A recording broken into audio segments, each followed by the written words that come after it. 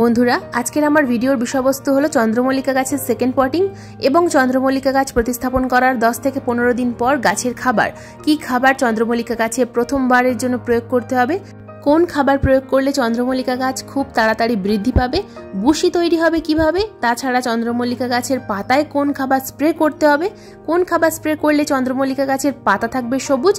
তাছাড়া আজকের ভিডিওতে স্টেপ বাই স্টেপ এই চন্দ্রমল্লিকা গাছের প্রতিস্থাপন থেকে শুরু করে কি কি পরিচর্যা করতে হবে সবটাই বলবো এই ভিডিওতে বলবো কত তাড়াতাড়ি চন্দ্রমল্লিকা গাছকে আমরা বুশি তৈরি করতে পারবো। চন্দ্রমল্লিকা গাছ এমন একটা গাছ যেটা শীতকালের বাগান কিন্তু আলো করে রাখে। বন্ধুরা শীতের বাগানে চন্দ্রমল্লিকা গাছ যদি তোমরা করতে চাও তাহলে আজকের এই ভিডিওটা অবশ্যই মনোযোগ দিয়ে দেখতে হবে, একটু স্কিপ করো না, স্কিপ করলে কিন্তু অনেক কিছুই মিস করে ফেলবে। নমস্কার, আমি লাবণী, আমার বাগানে তোমাদের সবাইকে জানাই স্বাগত। বন্ধুরা আগস্ট মাসে আমি দেখিয়েছিলাম চন্দ্রমল্লিকা গাছের মাদার প্ল্যান্ট থেকে কিভাবে এই গাছের চারা তৈরি করতে হয়, কিভাবে এই গাছের চারা তৈরি করার পর আমরা প্রথম প্রতিস্থাপন করেছিলাম অর্থাৎ ফার্স্ট পটিং। গ্রো ব্যাগে কিভাবে এই গাছের প্রতিস্থাপন করতে হয় সেটা দেখিয়েছিলাম, কিভাবে চারা তৈরি করতে হয় সেটাও দেখিয়েছিলাম এবং তারপর আজকে দেখাবো এই গাছকে আমরা সেকেন্ড পটিং কিভাবে করব, কোন টবে আমরা এই গাছের সেকেন্ড পটিং করব এবং সেকেন্ড পটিং করার পর থেকে আমরা কিভাবে এই গাছের পরিচর্যা করব, কোন পরিচর্যা করলে এই গাছ কিন্তু তাড়াতাড়ি ঝোপালো তৈরি হবে। তাছাড়া বলবো কয়েকটা ছোট ছোট কেয়ার টিপস। খাবার তো আমরা অবশ্যই প্রয়োগ করব, কিন্তু খাবার প্রয়োগ করার আগে কিছু কিছু ছোট ছোট টিপস আমাদের অবশ্যই জানা দরকার। বন্ধুরা প্রথমেই বলবো টিপস নাম্বার 1। টিপস নাম্বার 1 হলো প্রতিস্থাপন করার পর অন্তত 1 সপ্তাহের জন্য এই গাছটিকে একটু ছায়া জায়গায় রাখতে হবে, কিন্তু অন্ধকারে নয়। 1 সপ্তাহ পর থেকে আমরা কিন্তু সূর্যালোকের মধ্যে রাখতে হবে, যেখানে পর্যাপ্ত পরিমাণ সূর্যালোক পায়। তবে রোদ্দুর যদি খুব বেশি থাকে, যদি তাপমাত্রা খুব বেশি হয়, তাহলে দুপুরবেলাটা এই গাছটাকে একটু ছায়া জায়গায় রাখতে হবে। আবার কিন্তু আমরা বিকালবেলার দিকে এই গাছকে রোদ্দুরে রেখে দেব, অর্থাৎ খুব বেশি যদি রোদ্দুরের তাপমাত্রা না হয় তাহলে সারাদিন এই গাছকে আমরা রোদ্দুরে রাখবো। টিপস নাম্বার 2 বন্ধুরা, জল আমরা কতটা দেব, এই গাছের মাটি যেন হালকা ময়েশ্চার থাকে সবসময়, এই বিষয়টা আমাদেরকে লক্ষ্য রাখতে হবে। তবে যদি অতিরিক্ত বৃষ্টি হয় তখন কিন্তু বৃষ্টির মধ্যে রাখা যাবে না, তাহলে কিন্তু পাতার মধ্যে ফাঙ্গাস লেগে যাবে, পাতা পচে যাবে, ধীরে ধীরে গাছটা কিন্তু মারা যাবে। অনেক সময় কিন্তু গাছ প্রতিস্থাপন করার পর এই সমস্যাটা খুব বেশি দেখা যায়। বন্ধুরা টিপস নাম্বার 3 হলো এই গাছের আমরা সেকেন্ড পটিং কিভাবে করব। গ্রো ব্যাগ থেকে কোন টবে আমরা এই গাছকে প্রতিস্থাপন করব। গ্রো ব্যাগ থেকে আমরা সরাসরি এই গাছটাকে কিন্তু 4 ইঞ্চি টবে প্রতিস্থাপন করব। 4 ইঞ্চি অথবা 6 ইঞ্চি টবে তোমরা প্রতিস্থাপন করতে পারো গাছের সাইজ অনুযায়ী। তো মাটি আমরা কিভাবে এই গাছে নির্বাচন করব, আমি এখানে নিয়েছি মাটি এবং কম্পোস্ট, সমপরিমাণ মাটি এবং সমপরিমাণ কম্পোস্ট। মাটির মধ্যে 2 মুঠো পরিমাণ বালি মেশাতে হবে। আমার এই যে মাটিটা দেখছো এটা কিন্তু পুরনো টবের মাটি, এর মধ্যে কিন্তু বালি মেশানো রয়েছে, সেই কারণে আমি কিন্তু আর বালি দিলাম না। এবার তৈরি করতে হবে ড্রেনেজ ব্যবস্থা যদি ঠিকঠাক তৈরি করা না হয় তাহলে কিন্তু গাছ মারা যাবে। তো প্রথমেই দিয়ে দিলাম আমি একটা ঢেউ খেলানো খোলামকুচি, তার উপরে দিয়ে দিলাম সামান্য পরিমাণ কম্পোস্টের পরিবর্তে তোমরা কিন্তু এখানে ছোট ছোট নুড়ি পাথর দিতে পারো অথবা সামান্য পরিমাণ কোকোপিট দিতে পারো। তো এই দুটো মিডিয়া আমি খুব ভালোভাবে মিশিয়ে নিয়েছি, এর মধ্যে সামান্য পরিমাণ নিমখোল মেশাতে পারো অথবা হলুদ গুঁড়ো মেশাতে পারো। এর মিডিয়াটাকে ভালোভাবে মিশিয়ে নিয়ে কিছুটা পরিমাণ মিডিয়া আমি টবের মধ্যে ভরে দিলাম এবং এই গ্রো ব্যাগ থেকে সম্পূর্ণ রুট বল না ভেঙে খুব সাবধানে বের করে গাছটাকে কিন্তু প্রতিস্থাপন করে দিতে হবে। রুট বল কিন্তু একেবারেই ভাঙা যাবে না, তাহলে কিন্তু গাছটা ঝিমিয়ে যাবে। অসুবিধা কিছু হবে না, কিন্তু গাছটা ঝিমিয়ে যাবে, গাছটা অনেক সময় বাঁচে না। তো তাই রুট বল না ভেঙে তোমরা যদি 4 ইঞ্চি বা 6 ইঞ্চি টবে প্রতিস্থাপন করো খুব তাড়াতাড়ি কিন্তু গাছটা বৃদ্ধি পাবে। তো দেখো গাছটা প্রতিস্থাপন করা হয়ে গেছে এবং দিয়ে দিলাম আমি ভরপুর মাত্রায় জল দেওয়ার পর লক্ষ্য রাখতে হবে জলটা ড্রেনেজ হোল দিয়ে বেরিয়ে যাচ্ছে কিনা। জল যদি দেখো যে ড্রেনেজ হোল দিয়ে বেরিয়ে যাচ্ছে তাহলে জানবে যে মাটিটা তোমার ঠিকঠাক তৈরি করা হয়েছে এবং ড্রেনেজ ব্যবস্থাটাও সঠিকভাবে তৈরি করা হয়েছে। এবার আসি বন্ধুরা টিপস নাম্বার 4। চন্দ্রমল্লিকা গাছকে ঝোপালো তৈরি করার জন্য আমাদের যে প্রসেসটা ফলো করতে হয় সেটা হলো পিঞ্চিং প্রসেস। এই প্রসেসটা কিন্তু আমরা অনেকেই জানি, আমরা যারা নতুন বাগানি তারা অনেকেই জানি না, সেই কারণে আমি এই প্রসেসটা তোমাদের দেখাচ্ছি।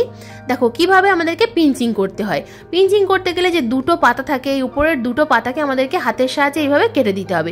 এটা হাতের সাহায্যে করলেই ভালো হয়, কাঁচির সাহায্যে করতে গেলে অনেক সময় অন্য ডাল কেটে যেতে পারে, পাতা কেটে যেতে পারে, তাই হাতের সাহায্যে এইভাবে 2টো আঙুল দিয়ে পিঞ্চিং করতে হবে। দেখো 2টো পাতাকে খুব সাবধানে কিন্তু এটা কেটে দিতে হবে, যেন অন্য ডাল না ভেঙে যায়। তো এই গাছটার মধ্যে যতবারই এইরকম নতুন নতুন ডগা আসবে আমাদেরকে কিন্তু এই 2টো করে পাতা কেটে দিতে হবে। এই কাজটা তোমরা যতবার করবে গাছটার মধ্যে থেকে কিন্তু নতুন নতুন ডাল আসবে এবং ডালগুলো থেকে প্রচুর পরিমাণে গাছটা বসি তৈরি হয়ে যাবে। তো দেখো আমি কিভাবে এটাকে পিঞ্চিং করছি, এই প্রসেসটা খুব ভালোভাবে দেখে রাখো বন্ধুরা। তোমরা যারা নতুন চন্দ্রমল্লিকা গাছ প্রতিস্থাপন করছো এই কাজটা করতে থাকবে। এই কাজটা যতবার তোমরা করবে গাছটা দেখবে ততবারই কিন্তু ঝোপালো তৈরি হয়ে যাবে। তাই খাবার দেওয়ার সঙ্গে সঙ্গে এই কাজটা আমাদের করতে হবে, পিঞ্চিং প্রসেস। পিঞ্চিং প্রসেস করলে তবে কিন্তু চন্দ্রমল্লিকা গাছ, গাঁদা গাছ এগুলোকে আমরা তাড়াতাড়ি ঝোপালো তৈরি করতে পারবো। তাই ভয় পাওয়ার কোনো কারণ নেই, পিঞ্চিংটা তোমাদেরকে অবশ্যই করতে হবে। গাছে যতই খাবার প্রয়োগ করো না কেন, পিঞ্চিং যদি না করো তাহলে কিন্তু গাছ কখনোই ঝোপালো হবে না। এবার বলবো টিপস নাম্বার 5। বন্ধুরা, মাটির কাছাকাছি যে সমস্ত পাতা রয়েছে এই পাতাগুলো কিন্তু অনেক সময় ফাঙ্গাসজনিত কারণে পচে যায়, মাটির সাথে লেগে থাকে, যার ফলে আমরা জল প্রয়োগ করি এবং ধীরে ধীরে পাতাগুলো পচে যায়। তো এই মাটির সাথে লেগে থাকা পাতাগুলোকে আমাদেরকে হাতের সাথে এইভাবে কেটে ফেলতে হবে।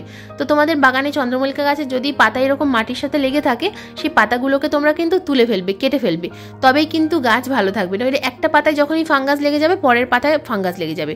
তাই এই পাতাগুলোকে তুলে ফেলার পর আমাদেরকে ফাঙ্গিসাইড স্প্রে করতে হবে, যে কোনো ফাঙ্গিসাইড। হাতের কাছে যে ফাঙ্গিসাইড থাকবে সেই ফাঙ্গিসাইড কিন্তু তোমাদেরকে প্রতি সপ্তাহে একবার করে 1 লিটার জলে 2 গ্রাম ফাঙ্গিসাইড মিশিয়ে গাছের পাতায় ভালোভাবে স্প্রে করতে হবে।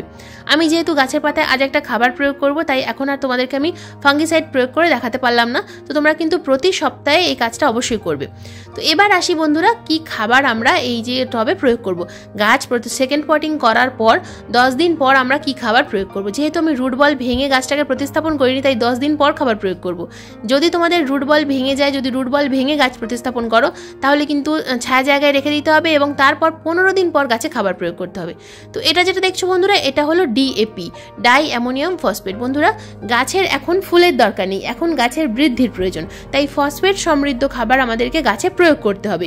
ফসফেট সমৃদ্ধ খাবার প্রয়োগ করলে গাছের শিকড়ের বৃদ্ধি হবে খুব তাড়াতাড়ি, যার ফলে গাছেরও বৃদ্ধি হবে। তবে এখানে একটা প্রশ্ন রয়েছে, তো আমরা কতটা করে ডিএপির দানা প্রয়োগ করব। এটা একটা দেখছো 6 ইঞ্চি টব, তো এখানে আমি 7 থেকে 8টা দানা প্রয়োগ করব একটা 6 ইঞ্চি টবের জন্য। যেহেতু এটা রাসায়নিক ডিএপি তাই সব সময় রাসায়নিক ডিএপি কিন্তু অল্প মাত্রায় প্রয়োগ করতে হয়। তোমরা এটা কিন্তু জলে গুলে সেই জলটাও এখানে প্রয়োগ করতে পারো। তো দেখো আমি এখানে একটা 4 ইঞ্চি টবের মধ্যে 6টা দানা প্রয়োগ করছি। প্রথমে দিলাম 4টে দানা, তারপরে দিয়ে দিচ্ছি 2টো দানা বা 3টে দানা, অর্থাৎ 6টা থেকে 7টা দানা এই 6 ইঞ্চি টবে বা 4 ইঞ্চি টবে প্রয়োগ করতে পারবে।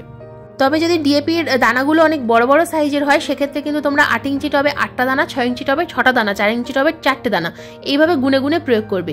আর যদি বায়ো ডিএপি দাও সেক্ষেত্রে তোমরা এখানে কিন্তু হাফ চামচের মতো করে ডিএপি দিতে পারবে। তো খাবার প্রয়োগ করার পর দিয়ে দিতে হবে ভরপুর মাত্রায় জল। যেহেতু আমি গতকাল এই গাছগুলোতে জল দিইনি কারণ খাবার প্রয়োগ করব সেই কারণে, তো জল সঙ্গে সঙ্গে কিন্তু খাবার দেওয়ার পর আমাদেরকে ভরপুর মাত্রায় জল দিয়ে দিতে হবে। জল না দেওয়ার কারণে গাছগুলো কিন্তু অনেকটা ঝিমিয়েছিল। বন্ধুরা, এবার আমরা গাছের পাতায় কোন খাবার স্প্রে করব সেটা দেখে নাও। গাছের পাতায় স্প্রে করার জন্য আমি যেটা নিয়েছি সেটা হলো ব্যালেন্স এনপিকে। এটা প্রত্যেক সপ্তাহে আমি স্প্রে করছি।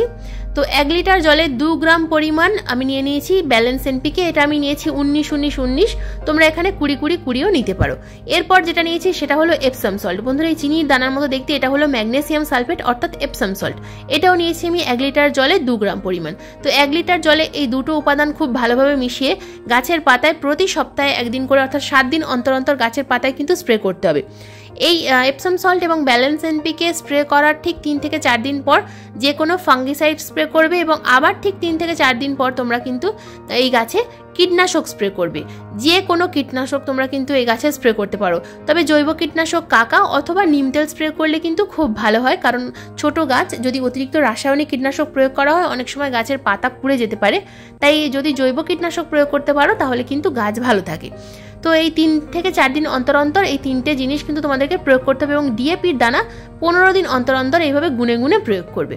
তাহলে দেখবে গাছগুলো খুব তাড়াতাড়ি ঝোপালো তৈরি হচ্ছে এবং পিঞ্চিং প্রসেসটা কিন্তু চালিয়ে যাবে। এই পিঞ্চিং পদ্ধতিটা এটা ভুলে গেলে চলবে না বন্ধুরা, তাহলে কিন্তু গাছটা ঝোপালো করতে পারবে না। যদি তোমাদের কাছে মাদার প্ল্যান্ট না থাকে সেক্ষেত্রে তোমরা কিন্তু এই সময় নার্সারিতে যেতে পারো। নার্সারিতে কিন্তু এখন আমি দেখলাম যেটা নার্সারিতে কিন্তু অনেক চন্দ্রমল্লিকার চারা তৈরি হয়ে গেছে। তো তোমরা গিয়ে কিন্তু এই সময় নার্সারি থেকে চন্দ্রমল্লিকার চারা কিনে এনে প্রতিস্থাপন করতে পারো এবং প্রতিস্থাপন করার পর 4 থেকে 5 দিন ছায়া জায়গায় রেখে দেবে। তারপর তোমরা গাছটাকে সূর্যালোকের মধ্যে রাখবে এবং তারপর গাছে কিন্তু খাবার প্রয়োগ করবে। আমি যেভাবে বললাম খাবার, কীটনাশক এবং ফাঙ্গিসাইড এগুলো প্রয়োগ করো, গাছগুলো কিন্তু দ্রুততার সঙ্গে বৃদ্ধি পাবে। বন্ধুরা, এই ছিল আমার সেপ্টেম্বর মাসে চন্দ্রমল্লিকা গাছের সেকেন্ড পটিং এবং গাছে খাবার দেওয়ার পদ্ধতি। তো আজকের ভিডিওটা তোমাদের কেমন লাগলো অবশ্যই কমেন্ট করে জানাবে। যদি কোনো প্রশ্ন থাকে অবশ্যই কমেন্ট বক্সে কমেন্ট করবে, আমি যথাযথ উত্তর দেওয়ার চেষ্টা করব। আজকের ভিডিওটা যদি ভালো লেগে থাকে তো একটা লাইক করো, শেয়ার করো, হাইপ করো। চ্যানেলে যদি নতুন বন্ধু হয়ে থাকো চ্যানেলটাকে সাবস্ক্রাইব করে পাশের বেল আইকনটা প্রেস করে দিও। আজকের ভিডিওটা সম্পূর্ণ মনোযোগ দিয়ে দেখার জন্য তোমাদের সবাইকে জানাই অসংখ্য অসংখ্য ধন্যবাদ।